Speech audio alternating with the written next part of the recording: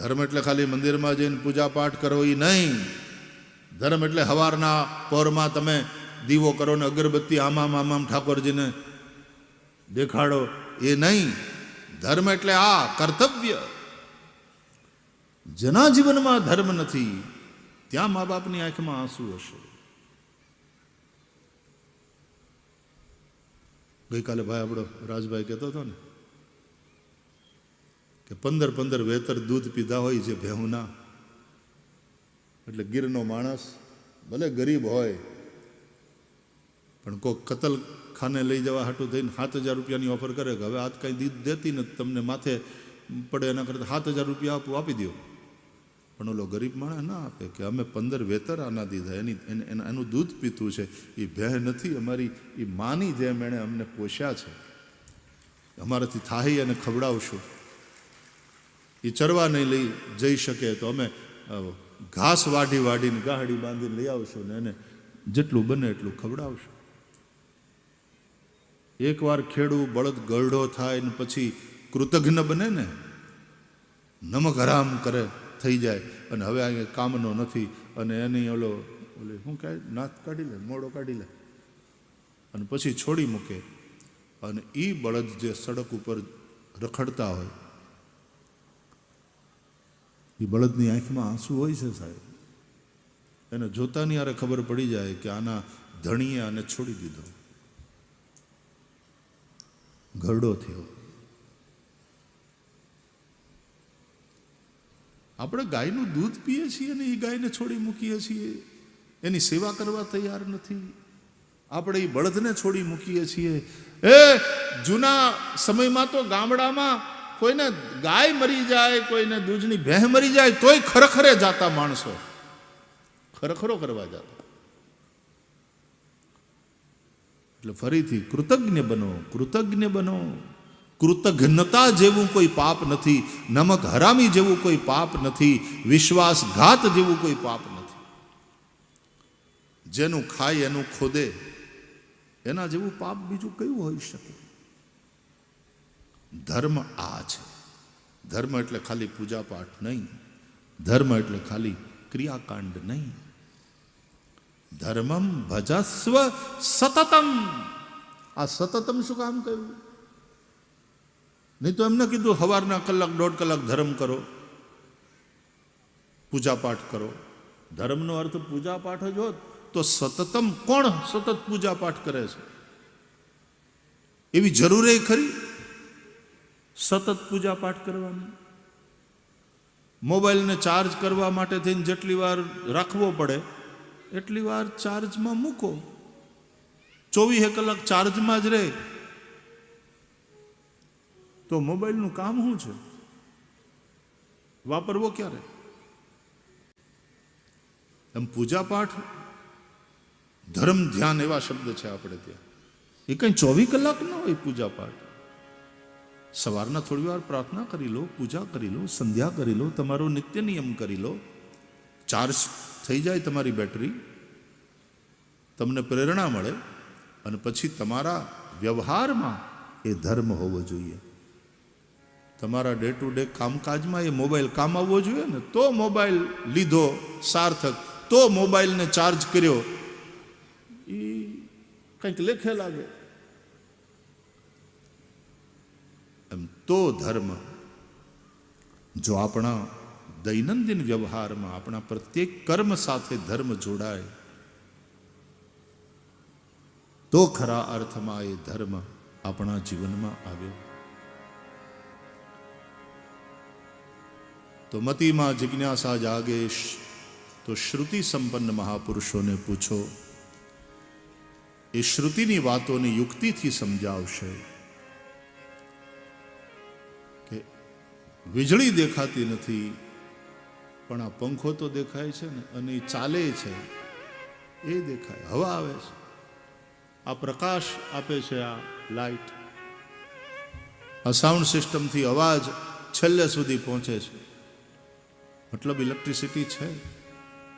આ શરીર હાલતું ચાલતું બોલતું ને સાંભળતું એનો મતલબ આત્મા ભલે દેખાતો નથી પણ છે.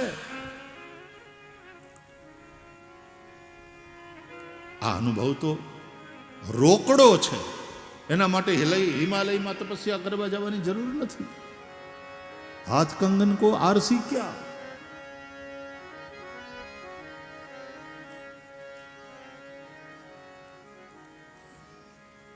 તો આ જગત માયાવી છે, માયા થકી નિર્મિત થયેલું છે, પણ આ રૂપે ભગવાનની જ અભિવ્યક્તિ છે. જગત પણ ભગવાનનું જ એક રૂપ છે. ભગવાન જગતના સ્વામી છે. આ જગત ભગવાનનું રૂપ છે. ભગવાન આ જગતના આત્મા છે. આવું ભાગવતમાં કુંતા સ્તુતિમાં કુંતાજીએ ભગવાન દ્વારકાધીશને કહ્યું. અથ વિશ્વેશ વિશ્વાત્મન વિશ્વમૂર્તે સ્વકેશુ મે. હે વિશ્વેશ, હે વિશ્વાત્મન, હે વિશ્વમૂર્તે. આ વિશ્વ ભગવાનની મૂર્તિ છે. વિશ્વનો આત્મા ભગવાન છે અને વિશ્વના સ્વામી જગન્નાથ ભગવાન છે. જગદરૂપ છે, જગન્નાથ છે, જગદાત્મા છે. અને એટલા માટે આ જે કંઈ છે એ રૂપે મારો નાથ જ પ્રગટ છે. આ આપણા વેદ શાસ્ત્રો આપણને શીખવાડે છે. અને જ્યારે આ ભાવ જાગી જાય પછી સિય રામમય સબ જગ જાની. સિય રામમય સબ જગ જાની. કરઉ પ્રણામ જોરી જુગ પાની.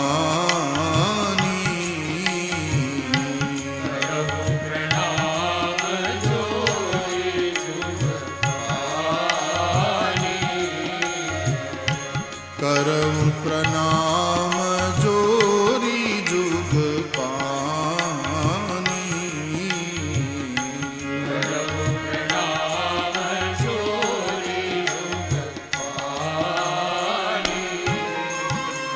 એટલે આપણી સંસ્કૃતિમાં સેકન્ડ કરવાનું ઓછું, નમસ્કાર કરવાનું, રામ રામ કરવાનું. કોવિડના સમયની અંદર તો આખું જગત પછી સેકન્ડ ભૂલીને નમસ્તે જ કરવા માંડ્યા.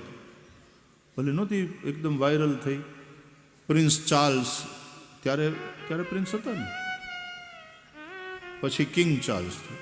તો એ તો કોક આમ હાથ મેળવવા ગયું તો તરત આમ પેલા હાથ આગળ કર્યો, પછી તરત હાથ પાછળ ખેંચી લીધા, હસતા હસતા નમસ્કાર કર્યા કે Indian way of greeting is better.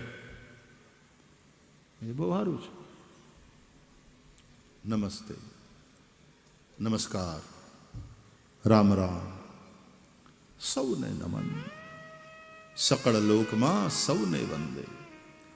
આ ભાવ જ્યારે દ્રઢ થાય ત્યારે કોઈ કોઈની સાથે વૈર ન કરે. તુલસીદાસજી કહે નિજ પ્રભુમય દેખહી જગત કેસન કરઈ વિરોધ. એ વિરોધ ન કરે, કોઈની હાથ જૂઠું ન બોલે, કારણ કે કોઈ છે જ નહીં, કૃષ્ણ જ છે. એ કોઈને છેતરવાની કોશિશ નહીં કરે, કારણ કે બીજો કોઈ છે જ નહીં, પરમાત્મા જ છે. અને ભગવાનને છેતરવા જાઓ, છેતરી શકશો ભગવાનને. ઉલટાના આપણે પાપમાં પડીએ. એટલે આ ભાવથી આવી કંઈક દૃષ્ટિ આપણને મળે એ માટે વ્યાસ ભગવાન આ ભાગવતી યાત્રા કરાવે છે. આવો એ યાત્રા સાથે જોડાઈને આગળ વધીએ એ પહેલા થોડી વાર ભગવાન નામનો આશ્રય. હે કાન ગોકુળિયા વાળો, મીઠી મીઠી મોરલી વાળો, ગાયનો ગોપગો વાળો રે.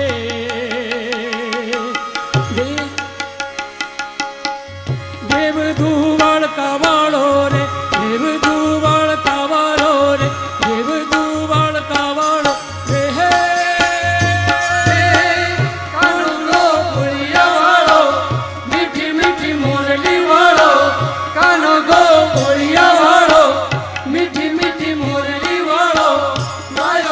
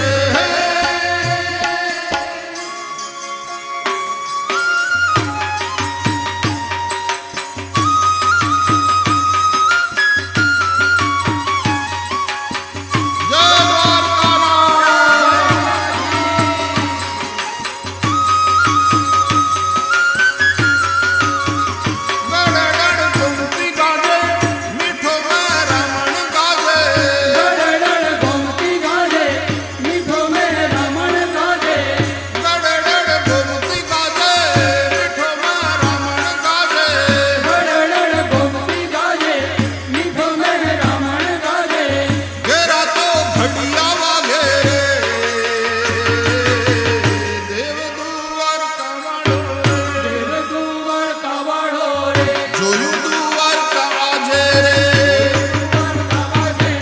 કાનો ગોકુળિયા વાળો મીઠી મીઠી મુરલી વાળો કાનો ગોકુળિયા વાળો મીઠી મીઠી મોરલી વાળો કાનો ગોકુળિયા વાળો મીઠી મીઠી મુરલી વાળો કાનો ગોકુળિયા વાળો મીઠી મીઠી મોરલી વાળો ગાયોનો ગોપકો વાળો રે જય માતાજી દેવ દ્વારકા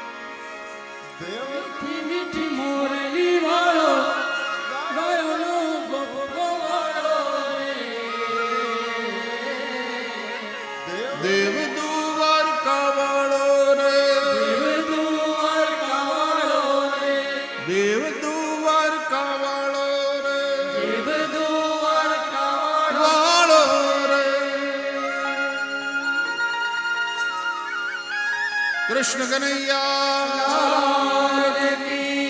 દ્વારકાધીશ ભગવાન જય હો, જય હો.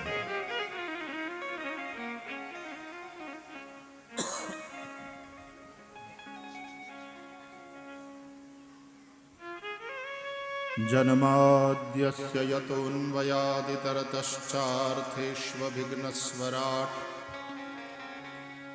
તેમે બ્રહ્મ હૃદાય આદિકવયે મુહ્યન્તિ યત્સૂરયઃ તેજો વારિમૃદાં યથા વિનિમયો यत्र त्रिसर्गो मृषा धाम्ना स्वेन सदा निरस्तकुहकं सत्यं परं धीमहि.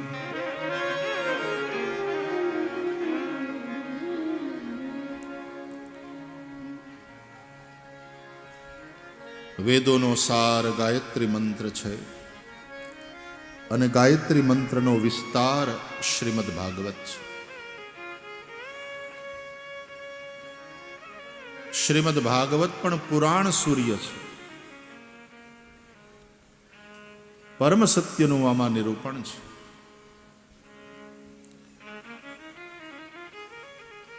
ગાયત્રી મંત્રમાં જે સવિતાના ધ્યાનની વાત છે, શ્રીમદ ભાગવતમાં એ સવિતા એટલે પરબ્રહ્મ, સકલ સૃષ્ટિનો પ્રસવિતા.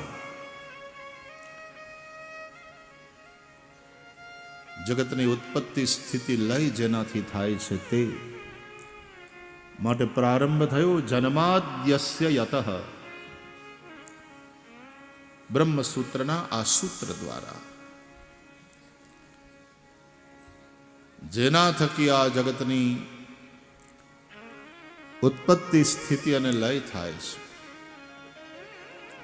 જે સર્વજ્ઞ છે, જે સ્વયં પ્રકાશ છે, જેણે બ્રહ્માને વેદોનું જ્ઞાન કરાવ્યું, જે પરમાત્મા ના દિવ્ય પ્રકાશને કારણે માયાનું કપટ દૂર થાય છે. માયાનું કપટ એટલે હાચાને ખોટું બતાવે ને ખોટાને હાચું બતાવે, એ માયાનું કપટ. બ્રહ્મ સત્ય છે, જગત મિથ્યા છે, પણ આપણને જગત સાચું લાગે છે. બ્રહ્મ સત્ય છે, પણ ઘણા લોકો માનતા જ નથી. નોન બિલીવર્સ છે, નાસ્તિક, ઈશ્વરની સત્તાનો સ્વીકાર નથી કરતા. કહે છે કોણે જોયો છે? હા, સાચી વાત, પંખો જોયો છે, વીજળી નથી જોઈ, તેથી નથી. પંખો ચાલે છે ને, મતલબ છે.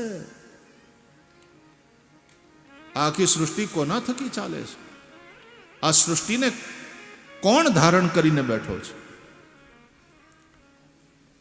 કોના થકી આ જીવો ઉત્પન્ન થાય છે? કોના થકી જીવે છે? યેન જાતાનિ જીવંતી યત પ્રયંતિ અભિસંવિશંતિ તદ બ્રહ્મ.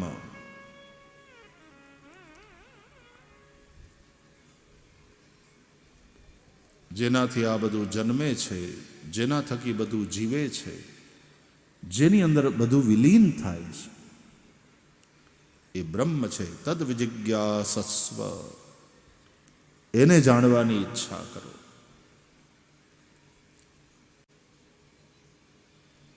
માયાનું આ કપટ હાચાને ખોટું બતાવે ને ખોટાને સાચું કરીને દેખાડે.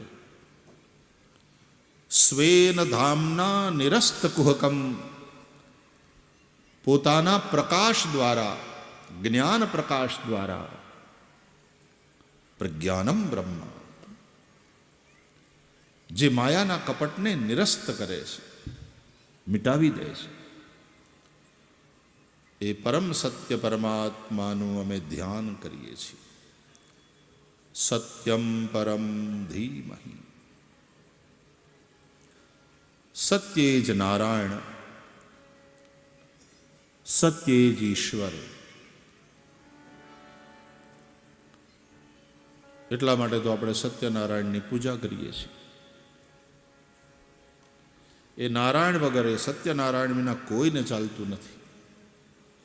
તમે હાવ હાચું કહેજો, તમે હાંજ પડે 7 વાર ખોટું બોલતા હોય, 17 વાર ખોટું બોલતા હોય, પણ તમારી આગળ કોઈ ખોટું બોલે તમને ગમે?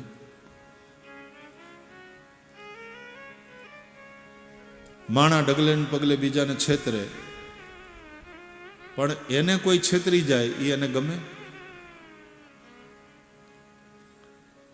આપણને આપણા માટે સત્ય જ જોઈએ છે.